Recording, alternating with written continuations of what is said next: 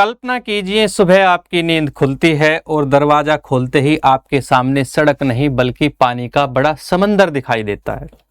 कुछ ही घंटों में आपका घर, आपके पशु, आपके दस्तावेज, आपकी खेती सब कुछ पानी में बह जाता है।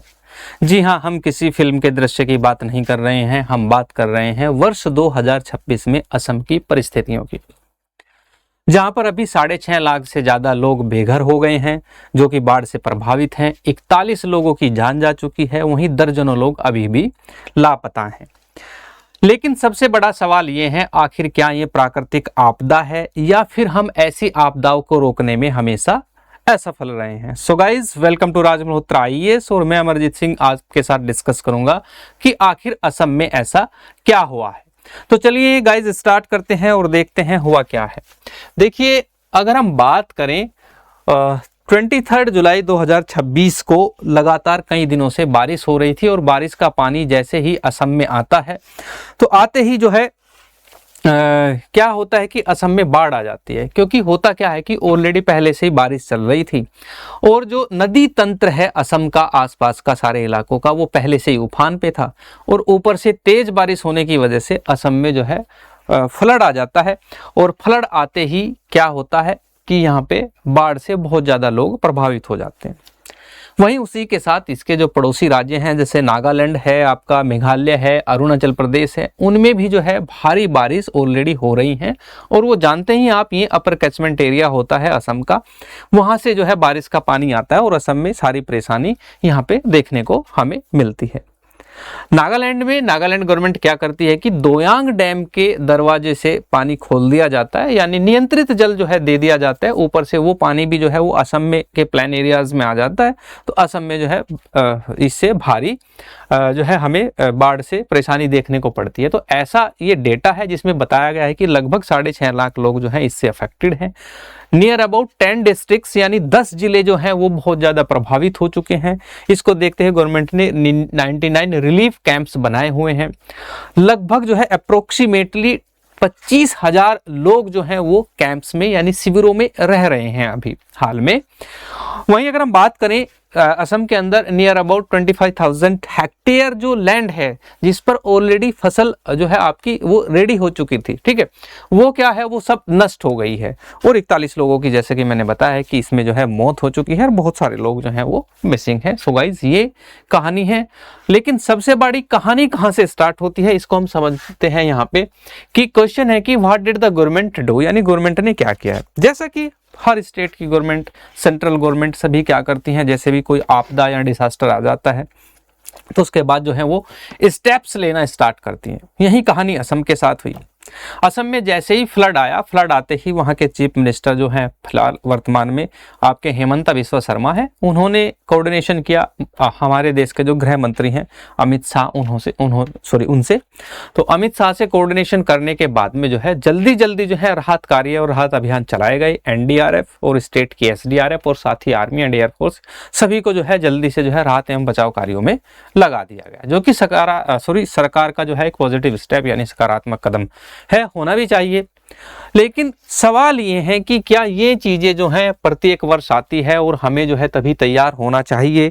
ये सारी कहानी जाती है, मैटर जाता है कहाँ पे, लेजिस्लेटिव असेंबली ऑफ असम, यानी असम की जो लेजिस्लेटिव असेंबली है उसमें दोनों पक्ष और विपक्ष का वाद विवाद होता है। यहाँ पर एक इंडिपेंडेंट MLA है जिनका नाम है अखिल गोगोई।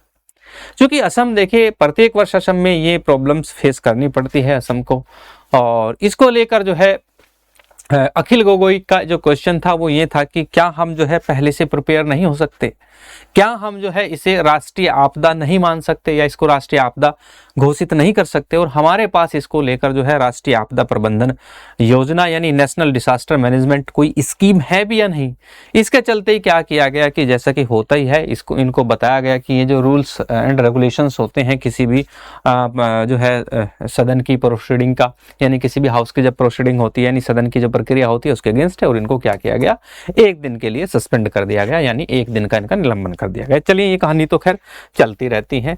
अखिल गोगोई जो है निलंबित हो गए हैं सदन से, ये सारी चीजें होती हैं।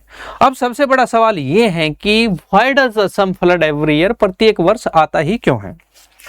देखिए प्रत्येक वर्ष क्यों आता है, इस पर हम जो है यहाँ पे बात करते हैं कि क्यों हर साल बाढ़ आती है। यहीं से शुरू होती है असल कहानी। कहानी की अगर हम बात करें तो यहाँ पे अगर देखा जाए इसका एक ही रीजन है, वो है ब्रह्मपुत्रा रिवर यानी ब्रह्मपुत्र नदी। ठीक है, ब्रह्मपुत्र नदी क्या है, वैसे तो लाइफलाइन है असम की, यानी असम को क्या है कि वो जीवनदायिनी है। जो है वाटर सबसे बड़ी वाटर बॉडीज भी कह सकते हैं इसको, पानी आता है इससे। लेकिन प्रत्येक वर्ष ये असम के लोगों के लिए संकट बन जाती है। सो इसके संकट बनने के पीछे तीन मेजर रीजन है, तीन बड़े रीजन माने जाते हैं। The first reason is the massive amount of water coming from the Himalayas, यानी असम की अगर आप ज्योग्राफिकल लोकेशन देखेंगे, ये आपका यहाँ से यहाँ तक जो है पार्ट क्या है, ये असम वाला पार्ट है। ठीक है, और असम वाले पार्ट में यहाँ से ये रिवर आती है, वैसे तो हिमालय से ऊपर से आती है, यहाँ से यारलुंग शांगपो, आगे हम बात करेंगे। ठीक है, तो यहाँ पे क्या होता है कि जो अपर हिमालय वाला पार्ट है, ठीक है, ये ऊपर का एक तरीके से एरिया पड़ता है। यहाँ से हिमालय में अगर मैसिव रेनफॉल हो जाता है तो सीधा इसका पानी नदियों नालों, ठीक है, वाटरफॉल्स यानी अलग अलग जो है माध्यम से वो सीधे असम में जाके एंट्री करता है, और असम में क्या है कि वो बाढ़ जैसी समस्या देखने को हमें मिलती है। पहला रीजन तो यही है, जैसे ही बारिश होती है बरसात के सीजन में यहाँ पे फ्लड देखने को मिलता ही मिलता है। The second reason is excessive rainfall in Arunachal Pradesh, Nagaland, Meghalaya and the upper catchment area. ये तो है हिमालय से आता है, ये जो एरिया है आपका, ये अरुणाचल प्रदेश, ये रीजन भी देखते हैं नागालैंड, ठीक है, और ये मेघालय वाला रीजन, ये एक्चुअली असम जो है, यहाँ पे असम मेनली अगर देखें यहाँ पे लैंड जो है मैक्सिमम लैंड ऑफ ये आपका प्लेन है, और ये रीजन है आपके हिली रीजन, ये अपर कैचमेंट एरिया पड़ते हैं। अपर कैचमेंट एरिया से क्या होता है कि पानी चारों तरफ से जो है इकट्ठा होकर वो भी जो है असम में चला जाता है, तीनों से, अरुणाचल प्रदेश, नागालैंड, मेघालय से। ठीक है, यहाँ पे जिससे क्या होता है कि पानी का जो लेवल है वो बढ़ जाता है, नदियों में, नदियाँ ऑलरेडी उफान पे होती है, तो ये सारी चीजें होती हैं। दूसरा सबसे बड़ा रीजन ये है। तीसरा रीजन क्या है यहाँ पे, तीसरा रीजन है the Brahmaputra carries with a large amount of soil and silt. ये होता है, देखिए होता क्या है कि तीसरे रीजन की बात करें, जो ब्रह्मपुत्रा रिवर है वो अपने साथ जो है जब वो बहती है वो भारी मात्रा में मिट्टी, गाद यानी सेडिमेंट और सिल्ट्स एंड सॉइल्स जो है सारी चीजें लेकर आती हैं। जैसे ही जो बेसिन एरिया होता है जहाँ पे नदी फ्लो करती है, ठीक है, वहाँ पे क्या होता है कि उसका लेवल जो है वो अप हो जाता है, यानी उसमें उस गाद जो है जम जाती है, और उसके बाद क्या है कि पानी जो है धीरे धीरे अगर देखा जाए वो तेजी से आसपास के क्षेत्रों में फैलने लगता है। उससे क्या होता है कि यहाँ पे जो फ्लड है वो बढ़ जाता है। तो तीन मेजर रीजन जो है वो बताए जाते हैं, हमारे एक्सपर्ट्स भी ये तीनों रीजन ही बताते हैं कि यही रीजन है। इनसे अगर हम निदान पा लें तो असम में बाढ़ से होने वाले जो हमें लॉसेज हैं उनको कम किया जा सकता है, यानी जो हानियां हैं उनको हम कम कर सकते हैं। ठीक है, तो ये है, तो एवरी ईयर जो है फ्लड आने का रीजन जो है वो यही है, ब्रह्मपुत्रा रिवर, और जो ज्यादातर जो मेजर ट्रिब्यूटरीज हैं वो पानी लेकर आती हैं, ये सारी चीजें जो हैं इसमें आती हैं। चलिए अब हम ये कहें, क्या ये कह सकते हैं कि इसके लिए नेचर जो है उसको ब्लेम किया जा सकता है? अगर कहें कि क्या इसके लिए केवल जो है प्रकृति ही जिम्मेदार है, प्रकृति ही जो है रिस्पॉन्सिबल है? जी नहीं, देखिए पूरी तरह से प्रकृति जो है वो जिम्मेदार नहीं होती है।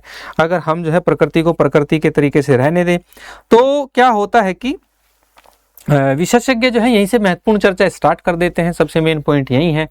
तो काफी हद तक जो है इसके लिए ह्यूमन एक्टिविटीज जो हैं वो भी जिम्मेदार हैं। अब क्वेश्चन ये है कि क्या फ्लड जो है वो ह्यूमन मेड है? बिल्कुल नहीं है, फ्लड ह्यूमन मेड नहीं है। फ्लड जो है आपका प्राकृतिक आपदा है, यानी नेचुरल डिसास्टर है। लेकिन फिर भी कहीं हद तक हम क्या करते हैं, हम अपना कंट्रीब्यूशन देते हैं। कैसे देते हैं? अनप्लैन्ड कंस्ट्रक्शन इन फ्लड प्लेन पहला पॉइंट है। जो सबसे ज्यादा पूरे भारत में, हम असम की बात नहीं कर रहे हैं, ऑल ओवर इंडिया देखेंगे तो सबसे ज्यादा फ्लड प्लेन एनक्रोचमेंट की जो प्रॉब्लम है वो सबसे ज्यादा है। यानी जो आपका डूब क्षेत्र है, जो नदी का डूब क्षेत्र होता है, नदी का जो एक तरीके से स्थानीय भाषाओं में उसको नदी का जो भंडारा होता है, जहाँ तक नदी जो है अपना फैलाव कर सकती है, उनमें जब नदी जो है सिकुड़ जाती है, जब हम जैसे सर्दियों में सिकुड़ जाती है, तो क्या होता है कि मेनली एक लंबा पीरियड रहता है बरसात के टाइम को छोड़ के, उसमें एनक्रोचमेंट होती रहती है। एनक्रोचमेंट का मतलब है वहाँ पे अगर देखते हैं कि बहुत सारे फार्मर्स जिनके आसपास जमीनें होती हैं तो अपना जो है प्लोइंग एरिया है, ठीक है, जो एक जोत का जो आकार है उसको बड़ा कर लेता है। तो फिर उसमें फसल उगाता है, तो फसल क्या होती है बाद में डिस्ट्रॉय होती है, डैमेज हो जाती है जब पानी आता है। सबसे बड़ा रीजन क्या है कि इनमें जो है कंस्ट्रक्शन हो रही है, ठीक है, कंस्ट्रक्शन कैसी, मकान भवन निर्माण, ये सारी चीजें जो है वो काफी मात्रा में हो रही है, तो ये सबसे बड़ा रीजन है। दूसरा रीजन है डिफॉरेस्टेशन यानी वनोन्मूलन, या यूं कहें कि जंगलों की कटाई जो है वो भी पिछले 4-5 वर्षों में देखा जाए जो है वो मैसिव जो है डिफॉरेस्टेशन हमें देखने को मिल रहा है, जो क्या करता है कहीं ना कहीं इस समस्या को और ज्यादा गंभीर बना देता है। होता क्या है कि जब हमारा फॉरेस्ट होते हैं, फॉरेस्ट क्या करते हैं, वो जो पानी आता है पानी को कहीं ना कहीं रोकने में सहायक होते हैं, क्योंकि पानी क्या है कि वो जब फॉरेस्ट से होके गुजरता है तो गुजरने में उसको टाइमिंग इतनी होती है कि उसको कहीं ना कहीं जमीन सोख लेती है। लेकिन अगर हम फॉरेस्ट ही काट दें, ये सारे फॉरेस्ट जो है हमने यहाँ से काट दी हैं, तो फॉरेस्ट काटते ही क्या हो जाएगा, पानी जो है एक फ्लैश जो है वाटर जो है ऊपर से आएगा, सीधा चला जाएगा, यानी कहीं कि उसको एक सीधा जो है सामान्य मार्ग पानी को मिल जाता है और टाइमिंग उसकी जो है फ्लो होने की बहुत ज़्यादा कम हो जाती है, इसलिए ज़मीन उसको सोख नहीं पाती है, एब्जॉर्ब नहीं कर पाती है, ये कहानी होती है। साथ ही क्या हो रहा है कि जो हिली एरियाज हैं आपके, उनमें रोड कंस्ट्रक्शन लार्ज स्केल पर हो रहे हैं। बिल्कुल विकास जरूरी है, रोड कंस्ट्रक्शन करने चाहिए। रोड एंड कंस्ट्रक्शन का काम नहीं चलेगा तो देश डेवलप कैसे होगा, और डेवलप नहीं होगा तो हमारा जो विजन है, ठीक है, विकसित भारत @ 2047 वो अधूरा रह जाएगा। तो उसको पूरा करने के लिए, उसके लिए तरीका ये है कि आपको जो है वैज्ञानिक ढंग से यानी साइंटिफिक अप्रोच लगा के जो है रोड एंड कंस्ट्रक्शन करना चाहिए। पूरा जो है एक तरीके से असेसमेंट हिली एरियाज का करना चाहिए, तभी आपको रोड एंड कंस्ट्रक्शंस का काम करना चाहिए। इसके नुकसान क्या है? नुकसान ये है कि जब भी हम रोड एंड कंस्ट्रक्शन करते हैं, अगर बिना वैज्ञानिक ढंग से, बिना जो है साइंटिफिक अप्रोच लिए हुए अगर आप डेवलपमेंट करेंगे तो उससे भूस्खलन यानी लैंडस्लाइड्स की प्रॉब्लम्स होंगी। अब वो भूस्खलन सीधा क्या जाएगा, पानी के साथ बहकर कहाँ पे जाता है, वो नदियों में जाता है। नदियों में ऑलरेडी सेडिमेंट्स वगैरह, सिल्ट वगैरह जो है वो बहुत ज़्यादा यानी गाद मिट्टी सोयल सारी चीज़ें ऑलरेडी हैं, और उसके ऊपर जो है लैंडस्लाइड हो जाता है, तो फिर से जो है नदियों का तल जो है वो अपलिफ्ट होता जाता है। तो इंक्रीज सिल्टेशन इन रिवर सिस्टम, तो नदियों में जो है वो सिल्टेशन सिस्टम जो है वो बढ़ता जाता है। ये सबसे बड़ी प्रॉब्लम जो है देखी जा रही है ब्रह्मपुत्रा रिवर सिस्टम के अंदर, यानी ब्रह्मपुत्रा जो नदी तंत्र है उसमें कहानी है। नेक्स्ट है पुअर ड्रेनेज सिस्टम। बहुत सारे आपके डेवलप्ड कंट्रीज जो हैं वो क्या करते हैं कि ड्रेनेज सिस्टम अपने सिटीज़ का बहुत अच्छा कर लेते हैं। जैसे अंडरग्राउंड टनल्स होती हैं, उनको बना देते हैं, टनल्स के द्वारा जो है पानी जो है वो एक तरीके से ड्रेन कर दिया जाता है, यानी ड्रेनेज सिस्टम जो है अच्छा होता है। लेकिन हमारे यहाँ पे ड्रेनेज सिस्टम जो है बड़ा पुअर है। तो पुअर ड्रेनेज सिस्टम क्या करता है कि पानी को जो है ड्रेन होने में बहुत ज़्यादा टाइम लग जाता है, जिससे जो है कहीं ना कहीं जो हमारे जो लोग हैं वो प्रभावित होते हैं बहुत ज़्यादा। तो ये कहानी है। फिर क्या है कि अगर आप देखें असम की अगर हम बात करें, क्योंकि असम क्या है कि असम की जो बॉर्डर्स हैं वो नागालैंड, अरुणाचल प्रदेश, मेघालय, आसपास के जो स्टेट हैं, और साथ में पूरा अगर हम जो 7 सिस्टर्स वाला पार्ट देखें, जो नॉर्थ ईस्टर्न इंडिया है हमारा, वहाँ पे कोऑर्डिनेशन इतना अच्छा नहीं है, यानी इंटर स्टेट कोऑर्डिनेशन की भारी कमी जो है वो देखने को मिलती है। और ये every year inter state coordination इनका हो ही नहीं पाता है अच्छे से। तो उससे क्या होता है कि उससे भी जो है हमें प्रॉब्लम्स ये फेस करने को पड़ती है। तो ये सारी चीज़ें हैं। तो सो गाइस, हम ये कहें कि नेचर अलोन टू ब्लेम, तो ये बिल्कुल रॉन्ग होगा। केवल प्रकृति को ही जिम्मेदार ठहराना कहीं ना कहीं जो है वो घातक है। जैसे कि मैंने कहा है कि हम मानते हैं कि फ्लड जो है वो ह्यूमन मेड नहीं होता है आपका, यानी बाढ़ जो है वो मानव निर्मित नहीं है। लेकिन हम क्या करते हैं कि जो प्रकृति बाढ़ दे रही है, ठीक है, उसको जो है हमारी जो एक्टिविटीज़ ऐसी हैं कि हम उसको और ज़्यादा क्या कर देते हैं, सीरियस जो है एक तरीके से प्रॉब्लम क्रिएट कर देते हैं, यानी उसको और गंभीर समस्या में बदलने में जो है वो हमारा बहुत बड़ा हाथ है। ये आपको ध्यान रखना चाहिए। अब what exactly the Brahmaputra river, यानी ब्रह्मपुत्रा नदी क्यों है, एग्जैक्टली है क्या, इसको भी हम समझने का यहाँ पे प्रयास करेंगे। ठीक है, तो ब्रह्मपुत्रा नदी की अगर हम बात करें, जैसा कि आप जानते हैं, आपने ज्योग्राफी में पढ़ाई होगा कि ये तिब्बत से निकलती है और चाइना में एंट्री करती है। इसका नाम यारलुंग शांगपो होती है, और पूरा जो है पर हिमालय क्रॉस करती है, फिर अरुणाचल प्रदेश जाती है, और अरुणाचल प्रदेश बन के दिबांग लोहित, ये ऐसे मैंने मैप बना दिया, ये नदी है। ठीक है, ऐसे ही नदी चलती है, और यहाँ पे क्या होता है कि यहाँ पे शियांग नाम से होती है, फिर दिबांग, फिर लोहित, इसमें जो है एक ट्रिब्यूटरी मिलती है, और ऐसे चल के ये असम तक आती है। अब यहाँ पे कहानी समझनी है आपको।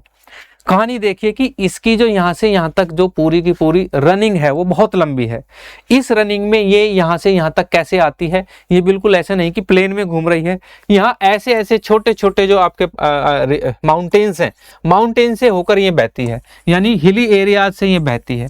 यहाँ तक आते आते अरुणाचल तक जो है ये पूरा का पूरा जो सफ़र है अपना वो कैसे करती है, ये माउंटेन रेंज से निकलती है, जो हिमालयन माउंटेन रेंज है। वहाँ पे क्या होता है कि जो ढलान है वो अत्यधिक तीव्र गति के होते हैं, तो इसलिए ये जो है जितना भी सिल्टेशन लेके आती है, सेडिमेंट सॉयल लेके आती है, स्टोन्स वगैरह को इकट्ठा करके सबको लाके एक तरीके से क्या करती है, ये एंट्री करती है आपकी कहाँ पे, अरुणाचल प्रदेश में, जहाँ इसका नाम ब्रह्मपुत्रा होता है। और जैसे ये असम में ये थोड़ा प्लेन एरिया में आ जाती है। और आप जानते ही हैं कि पानी अगर जो है पर्वतों से सीधे मैदान में आता है तो उसका फ्लो एकदम से बहुत ज़्यादा धीमा हो जाता है। धीमा होते ही ये सारे सेडिमेंट्स जो है वो इकट्ठा होने लगते हैं, और इकट्ठा होते होते ये क्या होता है कि प्रत्येक वर्ष नदी का जो तल है वो अपलिफ्ट होता है, यानी ऊपर आता है, और धीरे धीरे आसपास के क्षेत्रों में पानी का फैलाव होने लगता है। ये एग्जैक्टली ब्रह्मपुत्रा नदी तंत्र जो है उसकी कहानी है। तो सेडिमेंटेशन होगा, इसको जो है इस टर्म को ही सेडिमेंटेशन कहते हैं, ठीक है। तो ये कहानी होती है, ये आपको समझना है। अब हम बात करते हैं कि फ्लड के रीजन्स देखते हैं। अब की बार असम फ्लड के रीजन्स क्या हैं, वो तो मैंने रीजन्स बताए, ब्रह्मपुत्रा नदी के जो रीजन्स हैं वो बताए हैं। असम फ्लड के रीजन्स हम जानते हैं यहाँ पे क्या क्या हैं। पहला रीजन ये है कि जो नॉर्मल जो रेनफॉल होता था, ठीक है, एवरी ईयर जो रेनफॉल होता है, यानी नॉर्मली जो रेनफॉल होता है असम वाले रीजन में, अब की बार क्या है कि जो मेट्रोलॉजिकल डिपार्टमेंट ऑफ इंडिया है उसने यहाँ पे काउंट किया है कि 436% मोर रेनफॉल जो है यहाँ पे देखने को मिलता है। कितना? 436% ज़्यादा यहाँ पे तेज बारिश हुई है। कितनी हुई है बेटा? 436%। तो ये सारी चीजें यहाँ पे हुई हैं। दूसरा है आपका क्लाउड बर्स्ट, ठीक है। तो क्लाउड बर्स्ट की अगर हम बात करें, कारण नंबर 2 है क्लाउड बर्स्ट। क्लाउड बर्स्ट को अगर हम पूछे, बहुत सारे लोग पूछते हैं कि क्लाउड बर्स्ट यानी बादल फटना होता क्या है। इसको हम सरल भाषा में समझते हैं, क्लाउड बर्स्ट होता क्या है। देखिए, सरल भाषा में कहें, बादल फटना होता है, यूं कहें कि केवल कुछ समय में, एक सीमित समय में, एक लिमिटेड टाइम में, या यूं कहें कि चंद घंटों में ही इतनी बारिश हो जाए कि नॉर्मली वो बारिश जो है वो 2 महीने तक होती है, ठीक है। क्लाउड बर्स्ट ऐसा नहीं है कि एक सरफेस है क्लाउड का और क्लाउड का सरफेस ऐसे फट जाता है और पानी नीचे जैसे बर्तन में से जो है नीचे डाल दे किसी, तो ऐसा नहीं होता। क्लाउड बर्स्ट यही होता है कि बहुत ज़्यादा हैवी रेनफॉल होना ही क्लाउड बर्स्ट होता है, यानी कि ऐसी बारिश जो 2-3 महीने तक चलनी थी और उसका जो है उतना पानी जो है वो क्या करें, उतना वाटर जो है नीचे जो है हो जाए चंद घंटों में ही, तो उसको क्या कहा जाता है, आपका क्लाउड बर्स्ट यानी बादल फटना।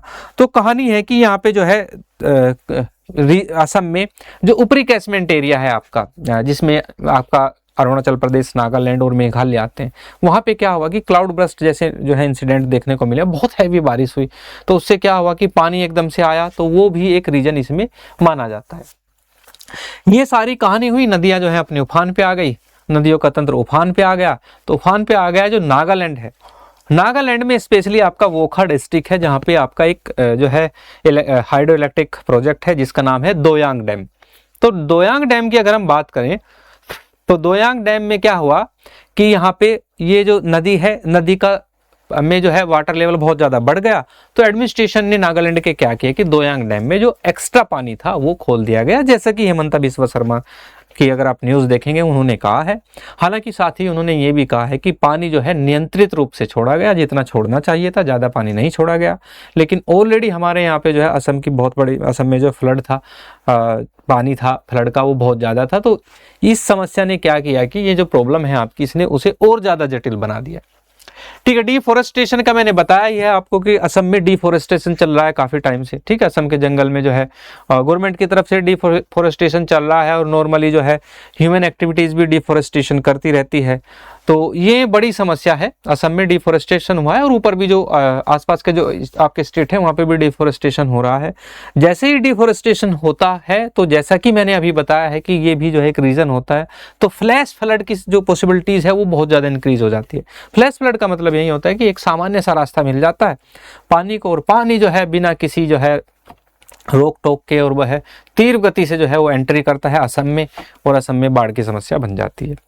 हिल कटिंग की बात करें तो असम के अंदर और आसपास के जो आपके नॉर्थ ईस्टर्न रीजन है वहाँ पे भी हिल कटिंग हो रही है।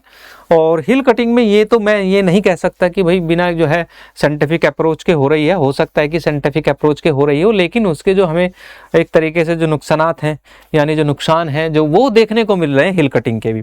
तो टनल्स बनाई जा रही हैं आपके न्यू कॉलोनीज कॉलोनीज जो हैं वो आपकी वो बिल्ड की जा रही हैं, तो ये भी एक रीज़न होता है।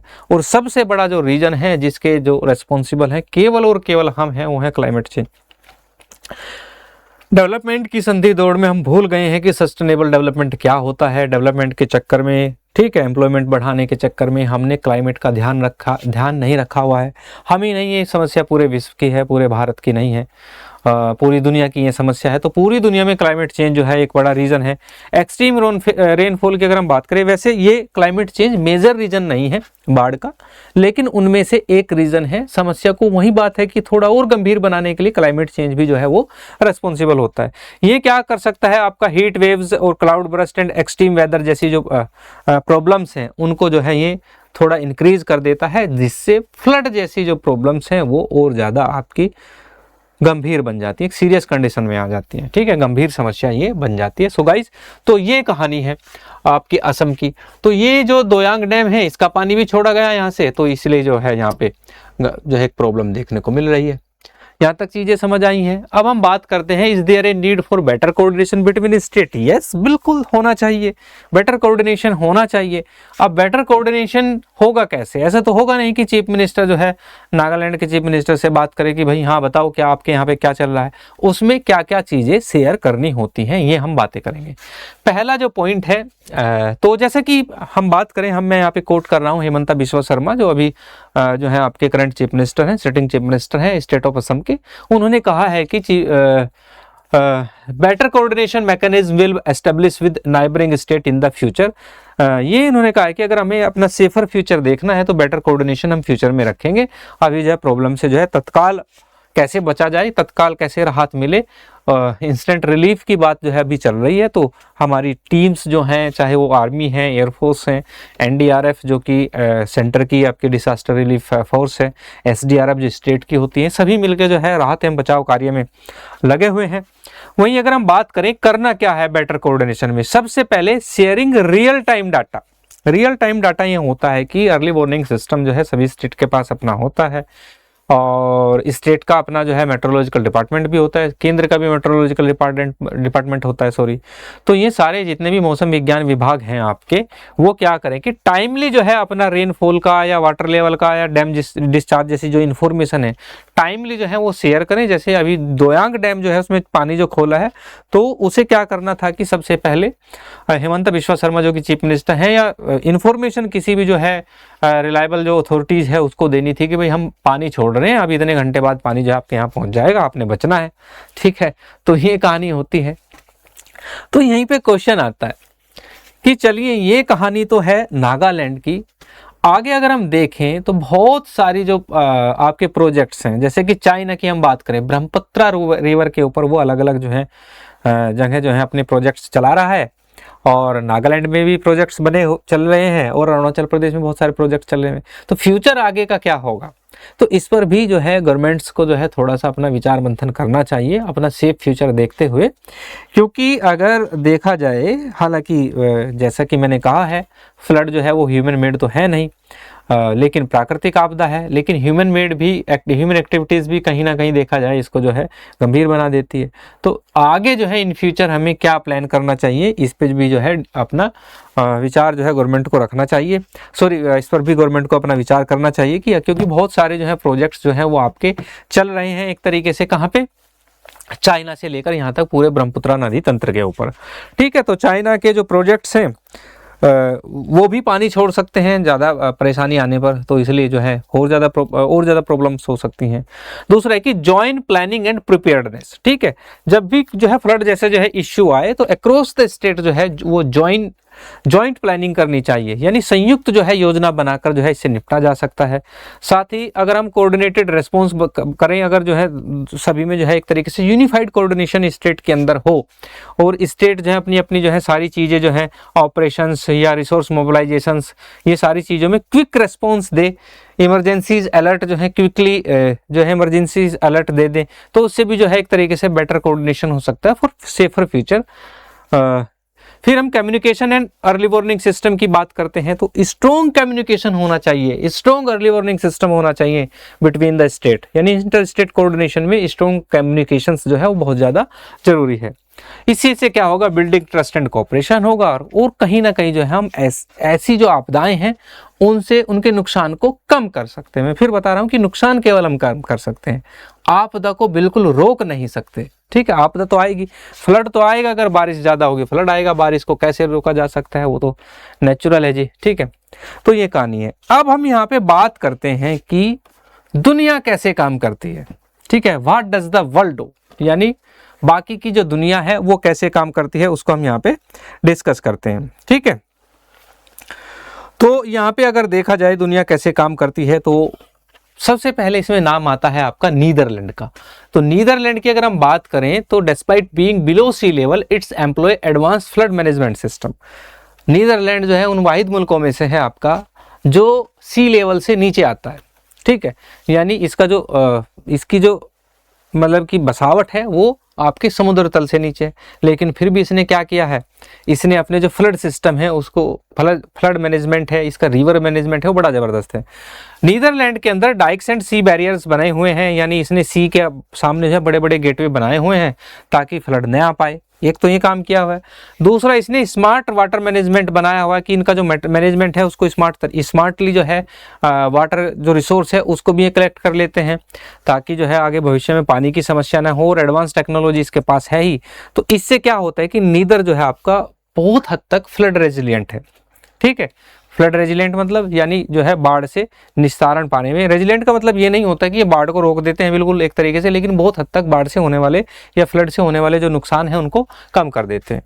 दूसरा जो कंट्री है आपका वह जापान। जापान की अगर हम बात करें, जापान भी एक तरीके से देखा जाए ये भी जो है बहुत ज़्यादा बाढ़ प्रभावित है, यानी यहाँ पे फ्लड अफेक्टेड एरियाज यानी फ्लड प्रोन एरियाज जिनको बोलते हैं वो बहुत ज़्यादा हैं। तो जापान की अगर हम बात करें तो जापान क्या करता है कि अंडरग्राउंड फ्लड टनल बनाता है। ठीक है, और हाईटेक इंफ्रास्ट्रक्चर है फ्लड का इनके पास में। तो जब भी पानी होता है, जो सिटीज़ हैं, ज़्यादा पानी आ जाता है सिटीज़ में, जो टनल्स होती हैं अंडरग्राउंड टनल्स हैं उनको ओपन कर दिया जाता है, उनका गेट वाला ओपन किया, पानी क्या है एकदम से इंस्टेंट जो है ड्रेन हो जाता है। तो इससे शहर बचे रहते हैं। साथ ही इनका जो अर्ली वार्निंग सिस्टम है, EWS जो होते हैं, अर्ली वार्निंग सिस्टम का मतलब होता है कि जो फ्लड्स हैं या ऐसा कोई भी जो है डिजास्टर आने वाला है, इनको 24 से 48 घंटे पहले ही जो है वो इन्फॉर्मेशन मिल जाए, और ताकि जो है ये क्या करे, उससे जो है अपना राहत एवं बचाव कार्य टाइमली पूरा कर दे। चलिए, ये दोनों देश तो आपके एक तरीके से देखा जाए, नीदरलैंड हुआ, जापान हुआ, ये तो ऐसे कंट्री हैं एक तरीके से डेवलप मतलब ठीक ठाक डेवलप मान सकते हैं इनको।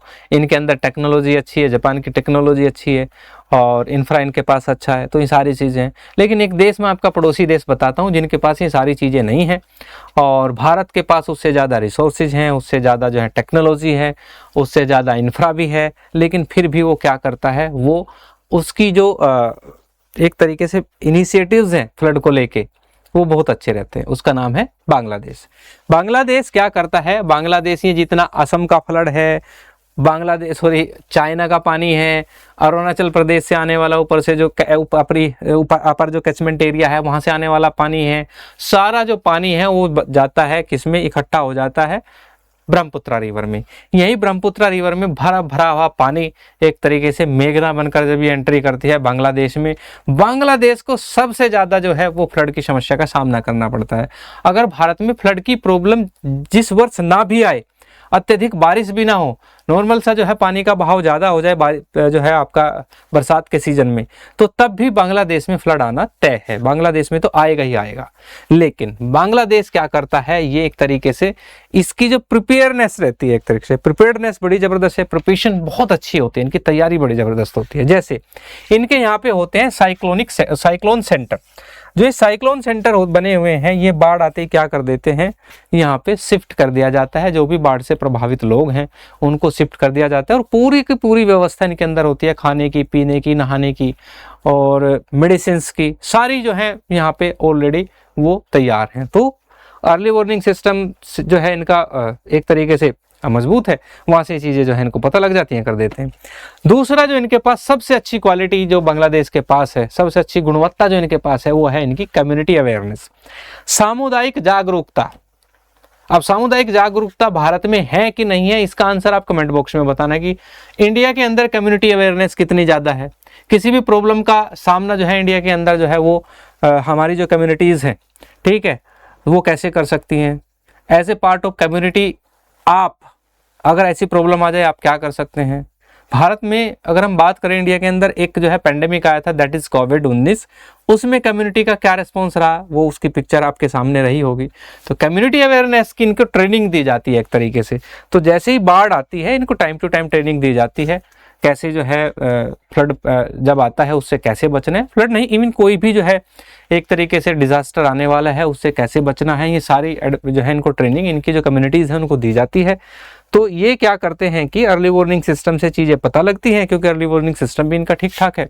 तो यहाँ की जो कम्युनिटी है वो अपना राहत एवं बचाव कार्य खुद करने में बहुत जो है एक तरीके से सबल लोग हैं, समझ में आए? तो ये सारी चीज़ें जो हैं इसमें होती हैं।